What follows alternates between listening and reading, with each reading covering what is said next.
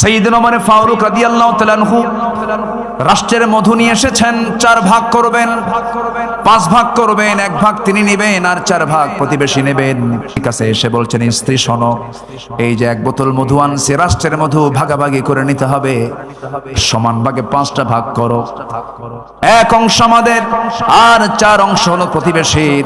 এই কথা বলে তিনি মধুর বোতলটা তিনি হ্যান্ড ওভার করলেন স্ত্রীর কাছে, বলছেন, স্ত্রী তুমি এটাকে ভাগ করো।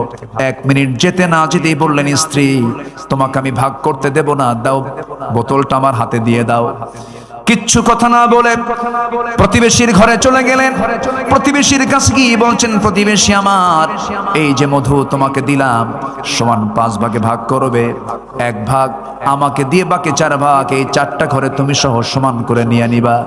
তিনি তার অংশের মধুটুকু নিয়ে বউয়ের কাছে এসে বলছেন, বউ আমার, আমি তোমার কাছে একটু লজ্জাবোধ হচ্ছে, আমার তোমার কাছে মধুর বোতল দিয়েছিলাম, আবার ফেরত নিয়েছিলাম, মন খারাপ হতেই পারে, কিন্তু আমি কি তোমাকে ট্রাস্ট করি, আমি তোমাকে বিশ্বাস করি, আমি রাষ্ট্র চালাই, তুমি আমার পরিবার চালাও, বাচ্চাদের রান্না বান্না করে দাও, বিশাল বড় খেদমত তুমি আমার পরিবারের জন্য করো, আমার সন্তানদের তুমি মা, আমি তোমাকে সম্মান করি, আল্লাহি তাল্লাহি বিল্লাহি আমি তোমাকে সন্দেহ করে গ্লাসটা মধুর বোতলটা হাতের ভিতর থেকে নিয়ে নেই নাই। নেওয়ার উদ্দেশ্য হলো মধুভাগের দায়িত্ব আমি তোমাকে না দিয়া প্রতিবেশীর হাতে জন্য দিয়েছি, কারণ মধু হলো তরল জিনিস, তুমি যখন এটাকে মাপতে যাবে, ভাগ করতে যাবে, যতই তুমি সমান ভাগে ভাগ করো না কেন, তরল মধু হওয়ার কারণে, লিকুইড হওয়ার কারণে কিছু মধু তোমার হাতে লেগে যাবে, সেটা 1 ফোঁটা হোক, 2 ফোঁটা হোক, 3 ফোঁটা হোক না কেন, 1 ফোঁটা, 2 ফোঁটা, 3 ফোঁটা মধু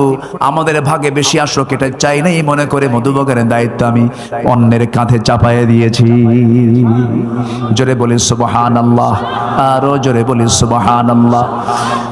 ঘোড়া কিনতে গেছেন ওমর ফারুক রাদিয়াল্লাহু তাআলা আনহু, তিনি তখন স্টিল খলিফাতুল মুসলিমিন, 40টা রাষ্ট্রের তিনি রাষ্ট্রপ্রধান। চলে গেছেন ঘোড়া কেনার জন্য, ঘোড়া কিনেছেন, ঘোড়াওয়ালার কাছ থেকে টাকা পয়সা দিয়ে দিয়েছেন, ঘোড়াও কিনে নিয়েছেন, দেখে শুনে নিয়েছেন, ঘোড়ার পিঠে চড়ে তিনি বাড়িতে চলে আসবেন। আগের যুগে মানুষ ঘোড়া কিনতে যেত, যেমন আজকের যুগে হোন্ডা কিনতে যায়, গাড়ি কিনতে যায়, আগের যুগে কি কিনতে যেত? ঘোড়া কিনতে যেত। ঘোড়া কিনে বাড়িতে ফিরে আসতেছেন, বাড়িতে আসার আগ দিয়ে তার ওই ঘোড়ার 4টা পা অকেজো হয়ে পড়ে গেছে। উনি মনে মনে চিন্তা করলেন, ঘোড়াওয়ালা আমাকে কেমন বড় ঠকান ঠকালো, ঘোড়া তো অচল ঘোড়া, অসুস্থ ঘোড়া দিয়েছে। ফেরত চলে গেলেন, ফেরত গিয়ে বললেন, ও ঘোড়াওয়ালা, তুমি আমাকে কেমন করে ঠকালে কেন, অচল ঘোড়া আমাকে দিলে কেন, এই ঘোড়া আমি নেব না, তুমি ফেরত নিয়ে নাও। ঘোড়াওয়ালা বলছে, আমিরুল মুমিনিন, আমার জানা মতে আমি আপনাকে অচল ঘোড়া দেই নাই, আপনার কাছে চলে যাওয়ার পর ঘোড়া অচল হয়ে গেছে, অসুস্থ হয়ে পড়েছে। ওমর ফারুক ধমক দিয়ে বলছেন, তুমি কি আচরণটা আমার সঙ্গে করতে পারলে, কেমন করে, এই ঘোড়া আমি নেব না, তুমি ফেরত নিয়ে নাও। ঘোড়াওয়ালা মুস্কি হাসি মেরে বলছে, আমিরুল মুমিনিন, আমার কথাও ঠিক নাই, আপনার কথাও ঠিক নাই, আমি যতই তর্ক করব, আপনি যতই তর্ক করবেন, এখানে কোনো ফয়সালা আসবে না, চলুন এই ঘোড়াটা ফেরত নেব কি ফেরত নেব না, এটার ফয়সালা আদালত করবে, কোর্ট করবে। একজন সামান্য ঘোড়াওয়ালা শাসকের ব্যাপারে এমন বড় কথা বলতেছে, সেই দেশের বিচার, সেই দেশের আইনটা কত স্বাধীন ছিল, এর একমাত্র কারণ ছিল ওমর সমাজে চালু করেছিলেন কিসের বিধান। সাইয়েদনা ওমর ফারুক রাদিয়াল্লাহু তাআলা আনহু কিচ্ছু বললেন না। ঠিক আছে ঘোড়াওয়ালা, তুমি যেহেতু বিচারে চাচ্ছ, আদালতে যেতে চাও, আমি আদালতে চলে যাব। আদালতে তিনি যেতে প্রস্তুতি নিয়ে নিলেন, চলে গেলেন। আদালত চত্বরে ঢুকে ভিতরে, যখন আদালতের ভিতরে ঢুকেছেন, খলিফাতুল মুসলিমিনের অধীনে চাকরি করে বিচারের চেয়ারে বসে থাকে এমন বিচারপতির সামনে বসে আছে ওমর ফারুক। সামনে যাওয়া মাত্রই বিচারপতির চেয়ার থেকে দাঁড়ায় গেছে, আমিরুল মুমিনিন, আপনার মতো ব্যক্তি এই জায়গায় কেন, কি হয়েছে বলুন। তিনি বলছেন, বিচারপতি, আমি ওমর, আমাকে দেখে আজকে বিচার করা যাবে না। ইন্নাল্লাহা ইয়া'মুরু বিল আদল, ইন্নাল্লাহা ইয়া'মুরুকুম বিল আদল, আদলটাকে ঠিক রেখে বিচার করবে। ঘোড়াওয়ালার কথাও শোনো, আমার কথাও শোনো, সঠিক রায় যেটা হবে সেই রায়টাই তুমি দিয়া দিবা। যখন বাদীর কথা শোনা হলো, ঘোড়াওয়ালার কথা শোনা হলো, ওমরে ফারুকের কথাও শোনা হলো। দুজন কথাই তিনি শুনলেন। শোনার পর আস্তে করে ওই আদালতের চেয়ার থেকে বলতেছেন, আদালতের সেই বিচারপতি কাজী শুরাইহ ইবনুল হারিস আল কিন্দি রাহমাতুল্লাহ আলাইহি তিনি বলছেন, আমিরুল মুমিনিন, আপনি আমারও খলিফা, আপনি ঘোড়াওয়ালারও খলিফা, আপনি অর্ধজাহানের খলিফা, কিন্তু আজকে দুই পক্ষের কথা শুনে আমি এতটুকু নিশ্চিত হলাম, এই ঘোড়াটা কখনো আপনি ঘোড়াওয়ালাকে ফেরত দিতে পারবেন না, কারণ এই ঘোড়াওয়ালাকে ফেরত দিলে সে ক্ষতিগ্রস্ত হয়ে যাবে। আপনি ওমর সামনে আছেন আমার, আপনি এই জায়গা থেকে সুস্থ অবস্থায় বাড়িতে ফিরবেন, তার যেমন গ্যারান্টি নাই। একটা প্রাণী সুস্থ থেকে অসুস্থ হবে কখন কেউ তো বলতে পারে না। যেহেতু মালিকানা শেষ হয়ে গেছে, কেনা বেচা সম্পূর্ণ কমপ্লিট হয়ে যাওয়ার পর, আপনার মালিকানা যাওয়ার পর ঘোড়াটা অসুস্থ হয়ে পড়েছে, এই ঘোড়া ফেরত নেওয়ার কোনো, ফেরত দেওয়ার কোনো সুযোগ নাই। ওমরে ফারুক আস্তে করে সেই জায়গা থেকে চলে গেলেন বাড়িতে।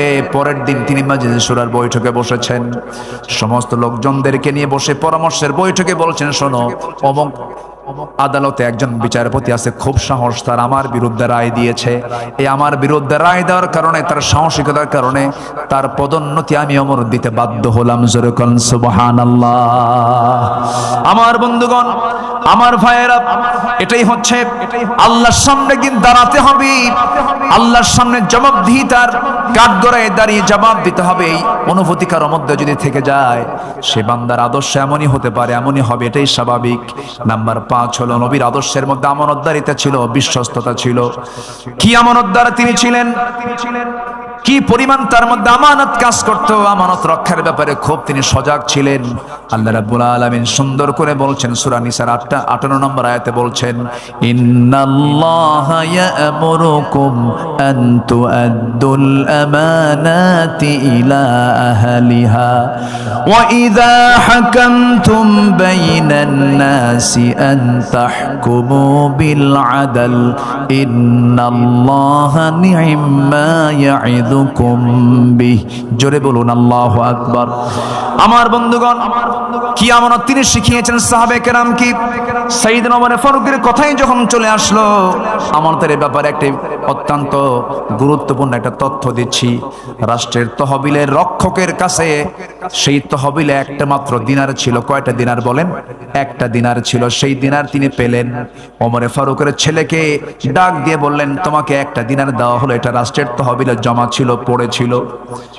সেটা নিয়ে তিনি বাড়িতে চলে গেলেন। ওমর ফারুক দেখলেন তার ছেলের হাতে একটা দিনার। তিনি সেই রক্ষককে ডাক দিয়ে বললেন, তুমি এই জিনিসটা আমার ছেলেকে দিলে কেন? সঙ্গে সঙ্গে তিনি আবার তাকে ফেরত দেওয়ালেন। ফেরত দিয়ে তিনি বললেন, আমি কি কিয়ামতের দিন এই একটা দিনার নিয়ে উম্মতের বিরুদ্ধে অভিযোগের সম্মুখীন হব? এটা আমার প্রয়োজন নাই। একটা দিনারও আমি রাষ্ট্রের তহবিল আবার ফেরত দিয়ে দিলাম। আল্লাহু আকবার বলেন।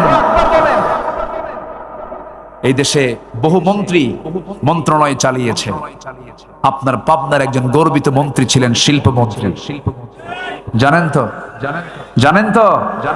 শহীদ আল্লামা কে? মতিউর রহমান নিজামী রাহিমাহুল্লাহ। তার প্রত্যেকটা কথায় মুক্তর দানার মতো, মুক্তের সদৃশ কথা। একটা কথাও তার অতিরিক্ত অপ্রয়োজনীয় কথা আমি তার মুখ থেকে কখনো বের হতে দেখিনি, আমার চোখে পড়েনি। আল্লাহু আকবার বলেন।